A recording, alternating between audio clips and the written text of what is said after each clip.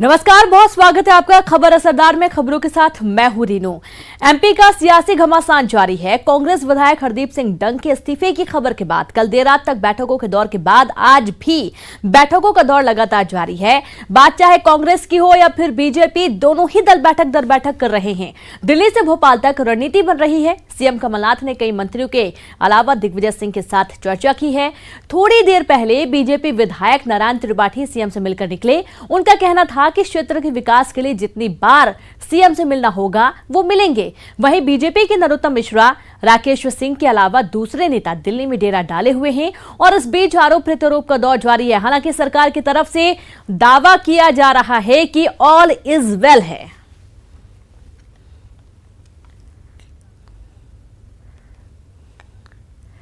तो निर्दलीय विधायक सुरेंद्र सिंह शेरा आज देर रात भोपाल पहुंचेंगे। विधायक ने सीएम कमलनाथ से फोन पर बात भी की है।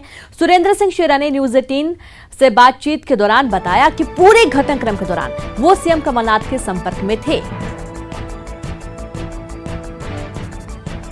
के आशीर्वाद से मैं अपनी भांजी के घर से निकला हूँ, ये वकील विलेज सिटी से, और यहाँ तक आने में रास्ते में मुझे 2 बार रोका गया। मेरे कार को रोका गया, मुझे डिले किया गया कुछ लोगों ने, और 2 बार ऐसा रोका गया है मुझे। और मेरी फ्लाइट मिस हो गई, उसके कारण अब मैं रात की फ्लाइट से जाऊंगा 8:50 की। शेरा जी, आप किसके साथ में हैं और किसका साथ देंगे? भाई कांग्रेस के साथ में है? डे वन से मैं जिसके साथ हूँ उसी के साथ हूँ। कोई चेंज कमलनाथ जी के साथ में? कांग्रेस के साथ में? जी, कांग्रेस के साथ में खड़े हैं? खड़े ही है, शुरू से खड़े हैं। जी जी। आप यहाँ से वापस घर वापसी हो रही है आपकी? भोपाल जाऊंगा, मिलूंगा साहब से कल। ठीक है। क्या संदेश देना चाहते हैं मध्य प्रदेश की जनता को, आपके विधानसभा क्षेत्र के लोगों को? हाँ, we are with Congress, we are with Kamalnath ji at any cost. बहुत बहुत धन्यवाद। ये थे हमारे साथ शेरा जी, हमारे मध्य प्रदेश के विधायक। तो मध्य प्रदेश में चल रहे सियासी संग्राम पर कांग्रेस के नेताओं और मंत्रियों का कहना है कि सरकार पूरे 5 साल चलेगी। अरुण यादव ने ऑल इज वेल कहा, तो वहीं मंत्री पीसी शर्मा, हर्ष यादव और सचिन यादव ने भी सरकार पर किसी संकट से इनकार किया है। राजनीति के सियासी हालात क्या कह रहे हैं आप? ऑल इज वेल, आप नहीं दिख रहे हैं, सब कुछ अच्छा है, सुंदर है। अभी भी मिसिंग है कुछ? कोई everything is fit and fine. सरकार पूरी तरह से सक्षम है और मध्य प्रदेश की सेवा हम लोग करेंगे अगले 5 साल। बीजेपी के कोई विधायक डंग साहब का इस्तीफे की बात चल रही है। सब कोरी भारतीय जनता पार्टी की फैलाई गई अफवाहें हैं। इससे आप लोग भी सतर्क रहे। मैं मीडिया के साथ भी कहना चाहता हूँ, एक ही प्लान है। मध्य प्रदेश के मुख्यमंत्री कमलनाथ जी के नेतृत्व में सरकार मजबूत है। आज कैबिनेट की बैठक है, ये एजेंडा है, जनहित के काम, एजेंडे के काम, 7.5 करोड़ जनता के काम निर्भीक तौर से होंगे। और भी कांग्रेस विधायक इस्तीफा देंगे, क्या सरकार ऐसा कुछ संकट लग रहा है? देखिएगा, कमलनाथ जी की सरकार अंगद की पैर की तरह मजबूत सरकार है। ये जनादेश 5 साल के लिए जनता जनार्दन ने दिया है और निश्चित रूप से ये 4 साल जो आगे हैं वो तो पूरा करेंगे ही। अगले 5 साल के लिए भी जनता जनार्दन जो काम कर रही है उसमें जनता जनादेश पुनः देगी। सर, इसके अलावा कई विधायकों के इस्तीफे की बात कही जा रही है। हरदीप सिंह डंग की बात करें, चाहे हम बीजेपी के भी कई विधायकों की बात करें, उनके भी इस्तीफा देने की बात। मात्र अटकलें हैं, अटकलों के अलावा कुछ नहीं। तो वहीं दिग्विजय सिंह ने सीएम कमलनाथ के साथ बैठक की। बैठक से पहले दिग्विजय सिंह ने कई सवालों के जवाब दिए। उनका कहना था कि विधायक हरदीप सिंह डंग ने इस्तीफा नहीं दिया है, बल्कि उनका स्टेटमेंट है। वहीं दिग्विजय सिंह का कहना था कि बजट सत्र के बाद कैबिनेट का विस्तार होना चाहिए। कांग्रेस नेता ने बीजेपी पर हमला बोला और घोटालों में लिप्त होने का आरोप लगाया है। डंग का इस्तीफा नहीं है, स्टेटमेंट है।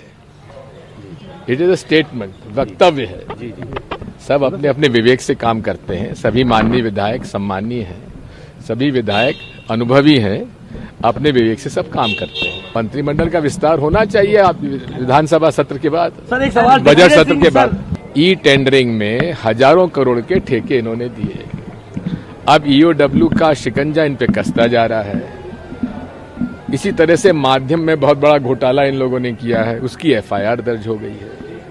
तो छटपटाए हुए हैं, बचने के लिए ये मनमाना ये पैसा खर्च करने के लिए तैयार है और प्रलोभन दे रहे हैं। तो मध्य प्रदेश में सियासी घमासान को लेकर केंद्रीय मंत्री नरेंद्र सिंह तोमर के यहां चल रही बैठक खत्म हो गई है। हालांकि इस बैठक में तमाम बीजेपी के वरिष्ठ नेताओं ने यहां कहा कि बीजेपी अपने विधायकों और कार्यकर्ताओं के साथ हमेशा से साथ खड़ी है और अगर कांग्रेस के द्वारा उनको परेशान किया जाएगा तो कांग्रेस को मुंहतोड़ जवाब दिया जाएगा। के सामने मुंह पे तमाचा डंग साहब ने दिया है। उनने इस्तीफा भेजकर ये पत्र लिखकर ये साबित कर दिया कि जो बातें हम कह रहे थे वो सही है। भारतीय जनता पार्टी पर ठिकाना ना तोड़े। जनता नाराज है, उनके विधायक नाराज है, जो उनकी समस्या है। वही कह रहे हैं, हमने तो कोई विकेट गिराया नहीं। उनकी पार्टी का विधायक ने इस्तीफा दिया, हमने थोड़ी दिया इस्तीफा। हम कभी ऐसी राजनीति नहीं करते, हम जो कहते हैं सो करते हैं। जो उनने कहा कि हमने हॉर्स ट्रेडिंग की है, सारे विधायकों ने उनके साथ आके कहा कि कोई हॉर्स ट्रेडिंग नहीं। उनने कहा कि बंधक बना के रखा, उनने कहा कोई बंधक बना के, हम अपनी मर्जी से गए थे। कांग्रेस परेशान है, उनकी सरकार, उनको ऐसा लगता है कि अस्थिर हो चुकी है उनके अंतर विरोधों के कारण। पिछले लंबे समय में जब से उनकी सरकार बनी है, जनता से जो वायदे किए थे वो पूरे किए नहीं। अपने विधायकों से जो वायदे किए थे शायद उनमें से भी कई पूरे नहीं हुए होंगे और उसके कारण से वो सरकार जनता के बीच में भी और अपने विधायकों के बीच में भी बुरी तरीके से घिरी हुई है। तो सियासी उठापटक के बीच बीजेपी विधायक संजय पाठक खुद मीडिया के सामने आए और कहा कि वो कल सीएम हाउस में नहीं गए थे, उन्होंने सीएम कमलनाथ से मुलाकात नहीं की। संजय पाठक ने कहा कि वो बीजेपी में हैं और बीजेपी में ही रहेंगे।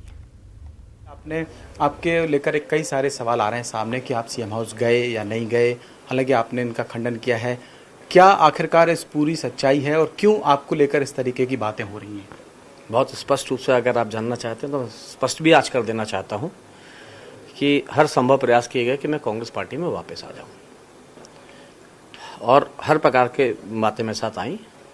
मुझे इतिहास भी याद दिलाया गया जो कि मुझे याद है। स्पष्ट फिर कर देना चाह रहा हूं कि जो भी घटनाक्रम हो रहा है मेरे कांग्रेस नहीं जाने के कारण हो रहा है। मैं कांग्रेस नहीं जाऊंगा, भारतीय जनता पार्टी में था, हूं और अंतिम सांस तक रहूंगा। आपके बारे में कहा जा रहा है कि आपने कहा कि आपकी जान को भी खतरा है, ऐसी कौन सी बात है? कोई बात हुई है, उसका समय आने पे खुलासा करूंगा। ये है संजय पाठक जो इस वक्त हमसे बात कर रहे थे। उनका कहना है कि जब तक वो जिंदा रहेंगे तब तक कांग्रेस में नहीं जाएंगे। हालांकि उन्होंने एक बड़ा खुलासा न्यूज 18 पर किया है कि उनसे संपर्क करने की कुछ कांग्रेस के नेताओं ने कोशिश की, लेकिन वो नेता जो आज उनके ऊपर सवाल उठा रहे हैं, दिग्विजय सिंह ने उनके बारे में कहा कि उनको वो भटक गए हैं। वो नेता तब कहां थे जब उन्हें कांग्रेस में अपमानित किया जा रहा था और अब जबकि वो बीजेपी में हैं तो फिर वो बीजेपी में ही रहेंगे। कैमरामैन दीपक के साथ शरद श्रीवास्तव, न्यूज 18 भोपाल। उधर बीजेपी विधायक विश्वास सारंग ने भी सरकार पर गंभीर आरोप लगाए हैं। सारंग का कहना है कि राजनीतिक साजिश के तहत पीएसओ हटा दिया गया है। बीजेपी विधायक का कहना था कि सरकार जासूसी करना चाहती है। सीधी सीधी बात है कि हमारे गनमैन बिना बात के, बिना किसी कारण के विड्रॉ कर दिए गए। कल जब मैं भोपाल एयरपोर्ट पे रुका तो मुझे गिरफ्तार करने की कोशिश की गई, मेरी गाड़ी का पीछा किया गया। कल से लेकर आज तक मेरे घर के बाहर सादी वर्दी में पुलिस वाले हैं। हर एक आदमी का आने वाले पर वो निगाह रखें, उससे पूछताछ कर रहे हैं। ऐसा हमने कर क्या दिया? आज हमारे गनमैन विड्रॉ किया। आज हमने डीजीपी को लेटर लिखा है कि क्या आप हमारी हत्या करवाना चाहते हो? क्या सरकार ये चाहती है कि भारतीय जनता पार्टी का विधायक कम हो जाए? ये सीधा सीधा लड़ाई है गणित की। तो सियासी घमासान के बीच कमलनाथ कैबिनेट की बैठक हुई और इस बैठक में कई प्रस्तावों पर मुहर लगी। बैठक में बजट के प्रस्ताव पर मुहर लगी और साथ ही विधायकों के सुझाव को भी बजट में शामिल किया जाएगा। वहीं राम पथ वन गमन के निर्माण को लेकर कैबिनेट ने ट्रस्ट के गठन को मंजूरी दी है। सीएम कमलनाथ ट्रस्ट के अध्यक्ष होंगे जबकि मुख्य सचिव, वहीं 2 मंत्रियों के अलावा 4 विधायकों को सदस्य बनाया गया है। राज्यपाल के ओएसडी मनोहर दुबे को संविदा नियुक्ति देने के प्रस्ताव को कैबिनेट ने मंजूर कर लिया है और 1320 मेगावाट के थर्मल पावर योजना को भी मंजूरी दी गई है। बैठक में बहुत से महत्वपूर्ण निर्णय लिए गए। एक तो जो बजट है इस साल का, वो बजट सर्वसम्मति से पारित कर दिया मंत्रिमंडल ने। और जो राज्यपाल, जो आने वाली विधानसभा में जो राज्यपाल जी का अभिभाषण होना है, उसको भी देख के उसकी भी अनुमोदित कर दिया। और मुख्यमंत्री जी ने और भी जो सुझाव हो सकते हैं बजट के मामले में, वो लोगों से, विधायक मंत्रियों से आमंत्रित किए हैं। इसके अलावा एक महत्वपूर्ण मध्य प्रदेश के जो गवर्नर साहब हैं टंडन जी, उनके ओएसडी आदरणीय दुबे जी, आदरणीय मनोहर दुबे जी को संविदा नियुक्ति दे दी गई है और पूर्व की तरह ही वो ओएसडी का काम गवर्नर हाउस में गवर्नर आदरणीय महामहिम टंडन जी की उसमें वहाँ पर रहेंगे, वो सेवा में उनको मदद करते रहेंगे। ये एक महत्वपूर्ण निर्णय हुआ है। प्रतिस्पर्धात्मक आधार पर आमंत्रित निविदा अंतर्गत 1320 मेगावाट की बिजली प्रदाय का 1320 मेगावाट की क्षमता की नवीन प्रस्तावित ताप विद्युत परियोजना मैसर्स अडानी पावर लिमिटेड को स्वीकृत कर दी गई है, जिसमें 4.790 पर यूनिट के हिसाब से उनसे ये लिया जाएगा। ये बहुत बड़ी योजना है। ये एक्चुअली डीपीएफओ की पद्धति से स्वीकृत हुई है ये, और एमपी पावर मैनेजमेंट कंपनी को इसमें अधिकृत किया गया है और 4.790 और 1320 मेगावाट बिजली वो प्रदान करेंगे। और वक्त एक ब्रेक का है, हम जल्द हाजिर होंगे।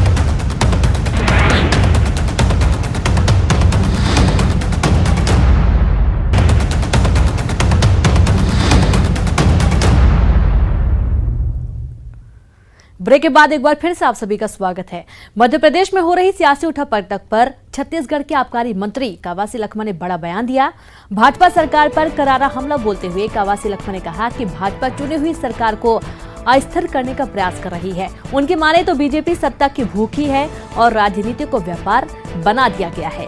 इतना ही नहीं, उन्होंने कहा कि मध्य प्रदेश के माफियाओं पर कार्रवाई से बीजेपी को पीड़ा हो रही थी, जिसके चलते ये ड्रामा किया जा रहा है। देश की राजनीति उफान पर है।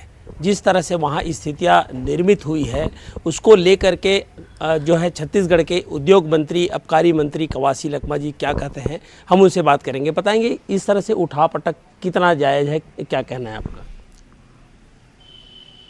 आज मध्य प्रदेश में जो टीवी के माध्यम से हम देख रहे हैं, ये लोकतंत्र के लिए बहुत शर्मनाक है। चुनी हुई सरकार को वहाँ भारतीय जनता पार्टी स्थिर करके रोज़ नया नया डरमा कर रहे हैं। ये भारतीय जनता पार्टी के लोग ये राजनीति को धंधा बना दिया, बेपर बना दिया, विकास नहीं। जनता का चुने हुए लोगों को उठा के ले जाना, डरमा करना, सरकार बदलना, ये कमलनाथ वरिष्ठ नेता है, उसे वहाँ के पहले जितना शोषण किए थे, गुंडे, बदमाश, बड़े माफिया लोगों के ऊपर कार्रवाई करने से भारतीय जनता पार्टी को पीड़ा हुई है, दर्द हो रही है। कांग्रेस का जो विधायक इस्तीफा दिया नहीं दिया, वो सारे डरमा भारतीय जनता पार्टी जिम्मेदार है। क्योंकि आज छत्तीसगढ़ के मामला में भी देखे, या पुल बहुमत होने के बाद या क्या क्या हो रहा है, और वह थोड़ा बहुमत कम होने के कारण किसी को इस्तीफा दिलाना, किसी को ले जाना, बंगलोर ले जाना, कहाँ ले जाना, ये क्या है? ये बेपर थोड़ी है। ये तो मतलब लोकतंत्र में विकास करने के लिए, आम आदमी को, गरीब आदमी को सेवा करने के लिए चुनाव होता है। चुनाव का समय चुनाव होता है, 5 साल एक आदमी को मौका देना है। अगर नहीं आएगा तो जनता तो खुद ही बदलती है। और इस प्रकार कोई विधायक भी अगर करता है तो, और जनता का चुने हुए विधायक इस प्रकार जो करता है, उनके लिए भी ठीक नहीं है। जिस तरह से कवासी लखमा जी कह रहे हैं कि सरकार को अस्थिर करने की कोशिश की जा रही है और साथ ही साथ भाजपा को सत्ता की भूखी बता रही है। कैमरा पर्सन धर्म साहू के साथ युगल तिवारी, न्यूज़ 18 रायपुर। तो वहीं गौठान से जुड़े सवाल पर जवाब नहीं आने से बीजेपी जेसीसीजी ने प्रश्नकाल का बहिष्कार किया। बीजेपी ने प्रश्नकाल के औचित्य पर सवाल उठाते हुए कहा कि प्रश्नकाल में यदि आज जवाब नहीं आएगा तो ऐसे में इसका औचित्य क्या है। तो गौठान के आंकड़े पर सदन में जमकर हंगामा हुआ। के मंत्री के जवाब नहीं आने के कारण में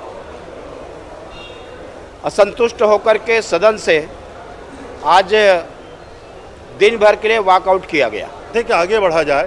प्रतिपक्ष चाहता था कि पूरे प्रश्न हो। कभी कभी ऐसी स्थिति आ जाती है कि प्रतिपक्ष को 20-20, 25-25 मिनट भी एक प्रश्न में प्रश्न करने का अधिकार स्पीकर के द्वारा दिया जाता है, तो बहुत ज़्यादा गतिरोध। अंतर्राष्ट्रीय महिला दिवस के मौके पर न्यूज 18 पूरे हफ्ते उन महिलाओं की कहानियां दिखा रहा है जिन्होंने हालात से हार मानने के बजाय उसे बदला और एक बेहतर समाज का निर्माण किया। आज की कहानी अरुणाचल प्रदेश के ओल्ड तुपी गांव की वैसी ही कुछ महिलाओं की है।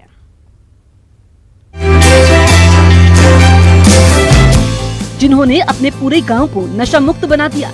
इन महिलाओं ने गांव की युवा पीढ़ी को नशाखोरी का शिकार बनने से बचा लिया। ओपियम और प्लेइंग कार्ड, ताश खेलना और ये वाइन, ये सब बंद हो गया पूरा।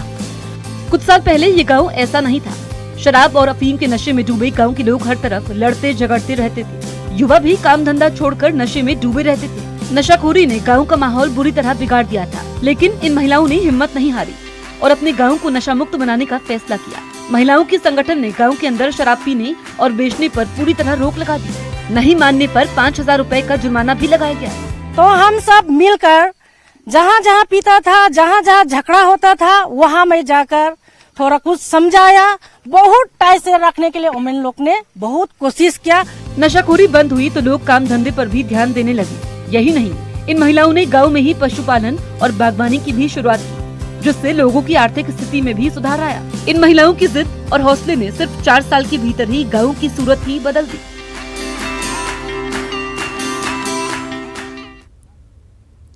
और इसी के साथ इस बुलेटिन में इतना ही। नमस्कार।